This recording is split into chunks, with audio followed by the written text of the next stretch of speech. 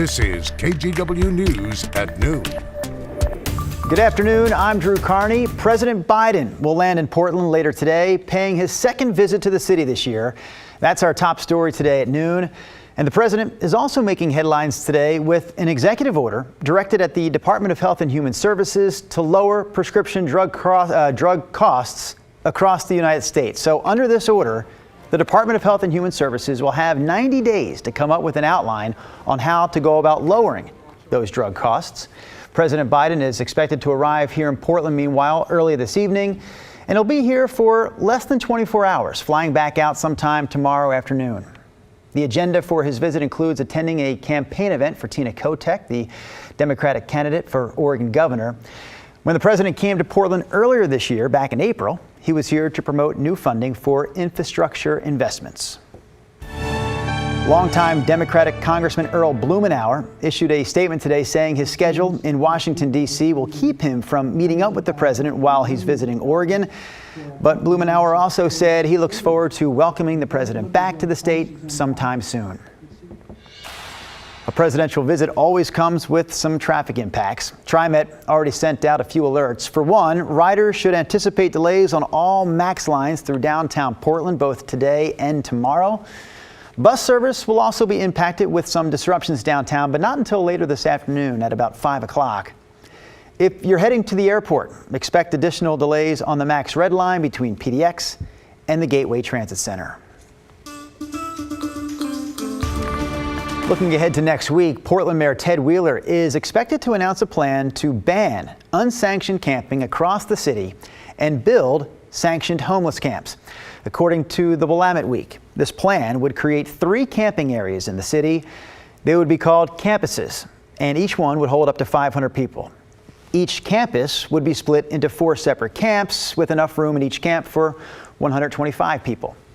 The city has not confirmed where these camps would be located or where the funding to create them would come from. But if it is enforced, the mayor's plan would end the current policy that allows people to sleep on sidewalks in Portland. That policy was approved by the city back in 2016. Victims of a serial rapist set to be released from prison in December are pushing the state to change his sex offender status. As it stands right now, Richard Gilmore, also known as the jogger rapist, will be classified as a low-level sex offender. So that means the state will not have to automatically notify neighbors if Gilmore moves in next door. Danielle Tudor was one of Gilmore's victims. He raped her in her Southeast Portland home in 1979 when she was 17. She's one of 9 victims that Gilmore admits to attacking, but he was only convicted in one of those cases because the statute of limitations ran out on the rest. Tudor says Gilmore getting out as a level 1 sex offender shows that Oregon's system is broken. What makes me angry now is the fact that we think it's acceptable that he is a level 1, because he is not. He is a very vicious and brutal serial rapist.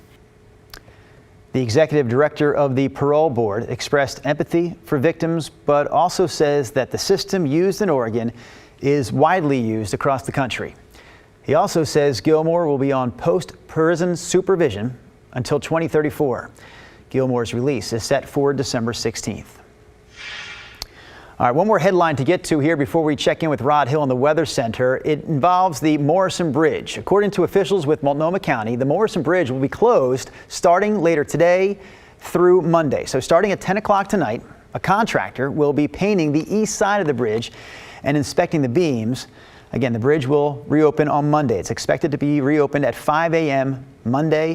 this coming Monday, and there will also be additional closures to wrap up work between October 21st and October 24th.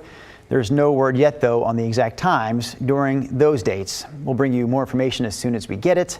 But now we do check in with the aforementioned Rodney Hill. So, Rod, what do you have for us today in the Weather Center? Oh, good afternoon. We're setting at 70, which is the same temperature we had at this time yesterday. Yesterday, we went on to see a record high of 84. We could be pretty close to that again this afternoon. If this bothers you, the particulates in the air from wildfire haze, unfortunately, we're not seeing any improvement in that category today. In fact, overall, the air quality is a little bit worse today than 24 hours ago. So this is a direct link to DEQ's air quality reports, and they show mostly moderate here in the Willamette Valley and Portland, with some areas of air quality that would be sensitive for folks that tend to deal with those struggles.